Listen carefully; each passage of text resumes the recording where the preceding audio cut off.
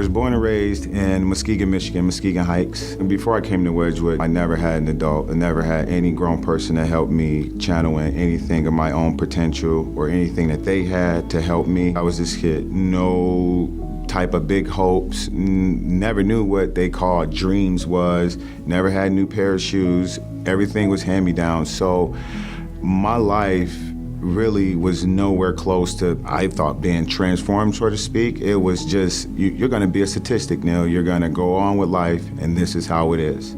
You can say I had a lot of attachment disorder because every single time, like I say, from the time I was 6, we got taken away, which is what I was accustomed to before coming to Wedgwood. And that was going on for quite some time. When I came here at Wedgwood at the age of 13, I was kind of scared. Antoine, he was that wiry kid. He didn't have a diverse background in interacting with other folks, and when he comes in, his eyes are wide open trying to figure out, man, what is this place? Everybody around me is like, Neil, do you want to go do this? And I'm sitting here like, hold on, I feel this way about you, but you don't feel this way about me. So let me try to open myself up. I remember that one of the first people that came to me other than Kevin was Gina. When I first met Antoine, he just seemed like any kid that you'd meet in your neighborhood.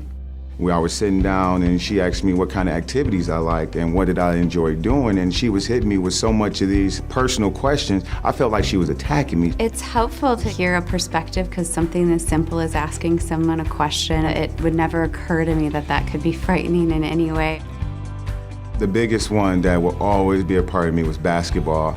Kevin Vandenbosch, my therapist, he took me out to buy me my very first pair of shoes that I ever had, and I was just overwhelmed with tears because no one ever cared enough for me, let alone for me to go and play on a basketball team. That gave me a lot of motivation. I think one of my favorite memories of Antoine is taking the group of guys to watch him play one of his high school basketball games. My first experience here at Wedgwood with the chaplain and with the church, it was a good time. It was a good culture. They shaped me to become more of a team player and somewhat of a leader now that I can see because of how I am with my children. And I don't think I would have ever got that type of growth or even knew what that growth was if I wouldn't came to Wedgwood. When I see Antoine today and I look at him as a dad and raising his own family, it's just so awesome to see that he is able to give to his family what he didn't have growing up. He gained hope. He gained self-esteem.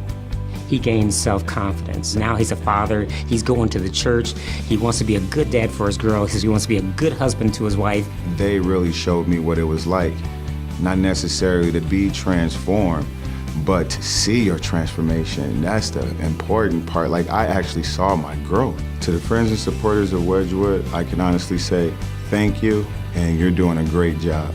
Because before I came here in 2002, we had to go to 4 different places in order to get the type of treatment and to get the type of caring that these kids here at this facility gets now. So I just like to say thank you and keep it up. God can do anything, and he's still doing miracles and things today, and miracles in the lives of the kids that we work with. Prior to arriving at Wedgwood, I had been in a juvenile home, and there was no real way to really discuss any feelings or problems that you were having. And personally, I was too scared to. I thought that feelings weren't something that you were supposed to share with people. When I first arrived at Wedgwood, I was a little scared, a little nervous. That was set aside pretty quickly. A lot of the staff were very welcoming, very understanding. Alex was very introverted. Because of his background and abuse and neglect that he had suffered.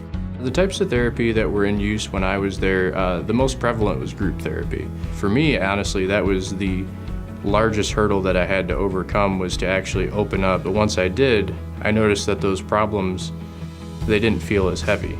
Now they see him talk. And I mean, he talks so fluently, you know, when my conversations with Kevin and I and him, and just listening to him talk, and he just says, you know what, Wedgwood was an important place in my life. I was taught the ability to focus on one task, make good decisions, and kind of learn to control my own life and be a little bit more disciplined, I suppose you'd call it.